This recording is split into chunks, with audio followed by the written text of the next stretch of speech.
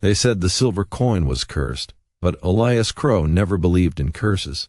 He believed in weight, in the way metal sat heavy in the palm, in the way silence pressed harder than gunfire, and in the way a man's past could drag behind him like a dead horse tied by the reins.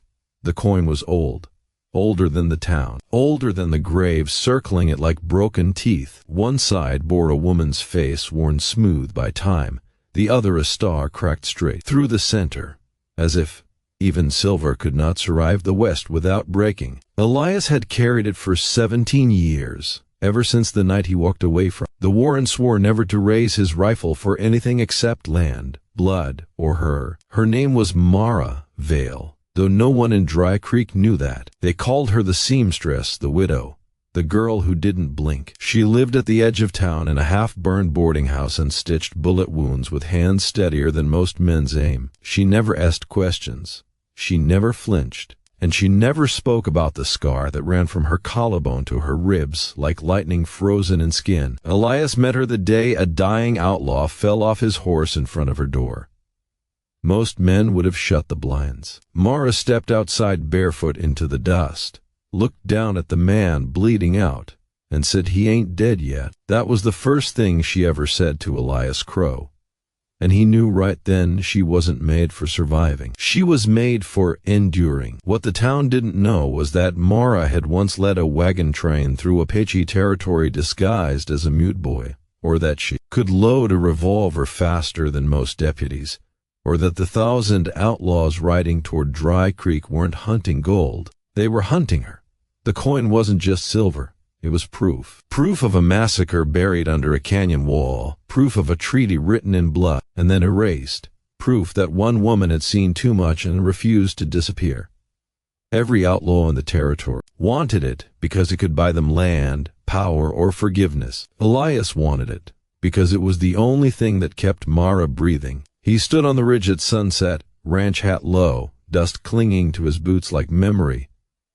Below him, the town looked small, fragile, already dead if measured by numbers alone. 1,000 guns could erase it before morning. Elias slid the coin from his pocket and pressed it into the dirt. One last stand, he muttered, not to God, not to the dead, but to the land itself.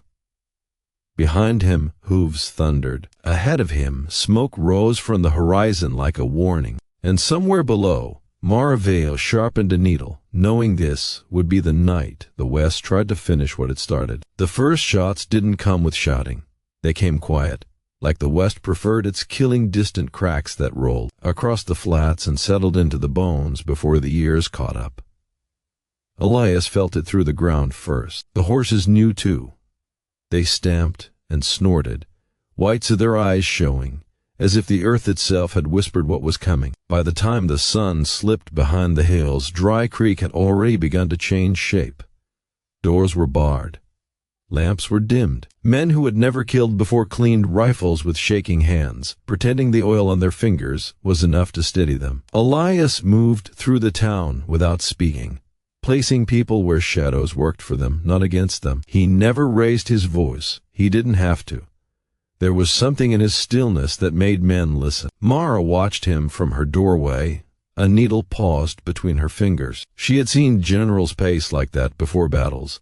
Men who already knew how many would not see morning. Elias didn't look like a hero. He looked like a man measuring loss before it arrived. She stepped out as he passed. "They'll come from the South Wash first," she said calmly. "They always do. Men like that hate riding downhill into fire." Elias stopped. Slowly, he turned. "How do you know that?" Mara met his eyes without blinking. "Because I taught them." That was when he understood. Not all of it, but enough. The first wave hit just after dark. Riders poured through the wash in a black flood, guns flashing, hooves tearing the earth open. Elias fired once, clean and final, dropping the lead horse and turning momentum into chaos. The town erupted. Windows blew out. Wood splintered. Screams cut sharp and then went quiet. Mara moved like smoke. She wasn't where she was supposed to be. And she was never where bullets landed. She dragged wounded men into cover, stitched flesh by lantern light, while shots tore holes through walls inches from her face. When her thread ran out, she tied wounds with strips torn from her own dress. When the bandages ran dry, she picked up a revolver. She didn't fire wildly. She fired with memory. An outlaw burst through her doorway. Eyes wide, grin hungry. He froze when he saw her. "Hell," he breathed. "It's you." Mara didn't answer. She shot him twice and stepped over his body like he was already history. On the ridge, Elias lit the first fuse. He had buried powder weeks ago, carved shallow graves for a fire. When the second wave pushed forward, confident now, he touched flame to earth, and the ground itself rose up against them. Men screamed as dirt and iron tore skyward. Horses bolted. Orders dissolved into panic. Still, they kept coming. 1,000 outlaws was not a number, it was a tide. And tides don't stop because one man stands in the way. By midnight, Dry Creek was burning at the edges. Bodies lined the street. Elias bled from his shoulder, his leg, places he hadn't checked yet. He fought like a man who had already accepted the ending. Then he saw her. Mara stood in the open, firelight carving her into something unreal. The silver coin hanging at her throat now, no longer hidden. The outlaws saw it too. A roar went up, not of victory, but of recognition. Elias felt fear then, not for himself. For the first time since the war, he felt it sharp and honest. Because now the West remembered her, and it was done pretending she could be spared. The night split open when the cannon started firing not iron barrels on wheels, but stolen mining charges lashed together and hurled like judgment. Dry Creek shook as if the land itself were trying to throw the town off its back. Fire leapt from rooftop to rooftop. Smoke pressed low, choking prayers before they reached the stars. Elias ran through it with one thought burning hotter than the flames: get to her. Every step tore pain from his leg. Blood soaked his boot, thick and warm, but he didn't slow. He fired when he had to, reloaded by feel, hands moving on instinct older than thought. Men fell around him, some screaming, some silent, some staring at nothing as if surprised the world could end so quickly. Near the livery, he found her surrounded. Not captured, not begging, commanding. Mara stood atop a broken wagon, revolver empty, voice cutting through the chaos like a blade. "You followed the wrong lie," she shouted at the outlaws closing in. "There is no gold in that coin. There never was." A man with a red scarf laughed and raised his rifle. "Then why'd you run with it, girl?" She pulled the silver coin from her neck and held it high. Firelight caught its cracked star, made it glow like a wound, because it names every man you buried in Shadow Canyon. Because it carries the marks of every rifle your captains used. Because if it reaches the courts back east, your war doesn't end with legends. It ends with hangings. The word spread through the outlaws like rot through meat. Hangings, names, proof. Elias pushed through the crowd and climbed the wagon beside her, his presence drawing fire like gravity. "Mara," he said, low, "it's time." She looked at him then, not as a shield, not as a savior, but as an equal. "You still have it?" she asked. He nodded and reached into his coat, pulling out his own silver coin. Its twin, just as worn, just as broken. Gasps rippled through the men below. 2 coins. 2 witnesses. Mara's voice softened, but it carried. "We were children when they made us count the bodies. I remembered the names." He remembered the faces. Elias swallowed. The war came rushing back Shadow Canyon, the false surrender, the rifle fire echoing off stone until it sounded like the earth itself screaming. He had been a boy soldier. She had been a girl who refused to look away. They had survived because survival was the only rebellion left. The outlaws surged. Elias fired until his rifle clicked empty. He drew his knife when his revolver jammed. He fought close now, brutal, personal. Blood slicked his hands.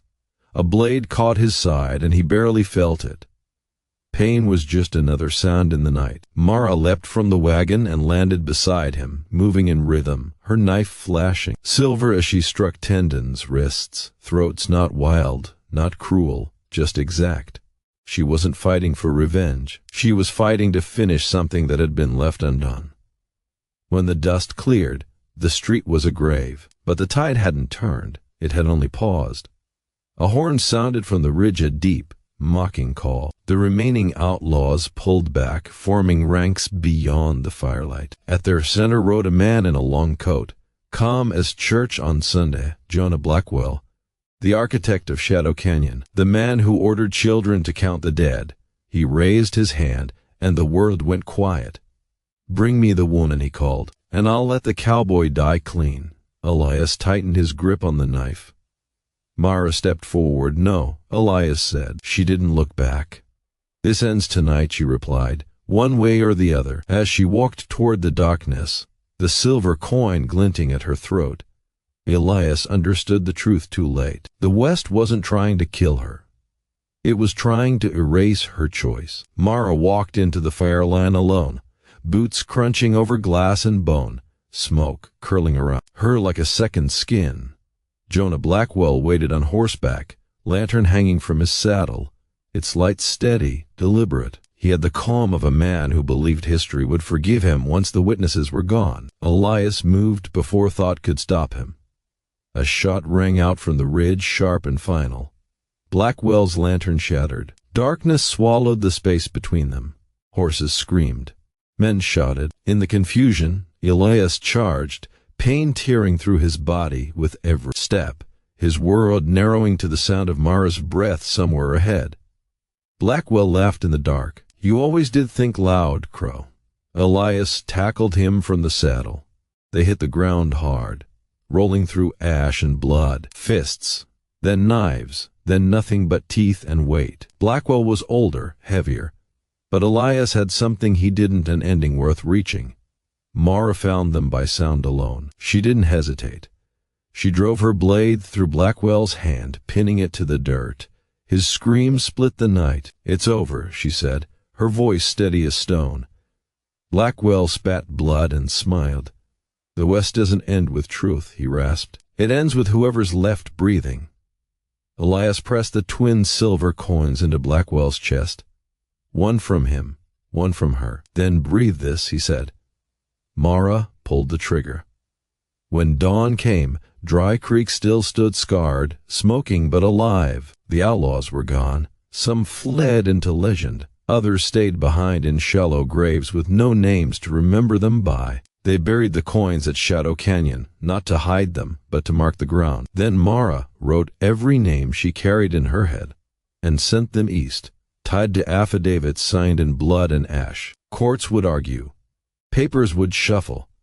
But the truth would not vanish again. Elias didn't ride away like the stories say cowboys should. He stayed. He rebuilt. He limped. He learned how to wake up without a rifle in his hands. Mara never stitched another man for free. She charged them honesty instead. She taught children to read, taught women to shoot, taught men that silence was a choice, not a law. Sometimes, at dusk, Elias would sit on the porch and watch the wind move through the grass like memory passing through a man. Mara would sit beside him, close enough that no words were needed. They didn't call it love. They called it surviving together. And in the end, that was the only legend the West never managed to kill.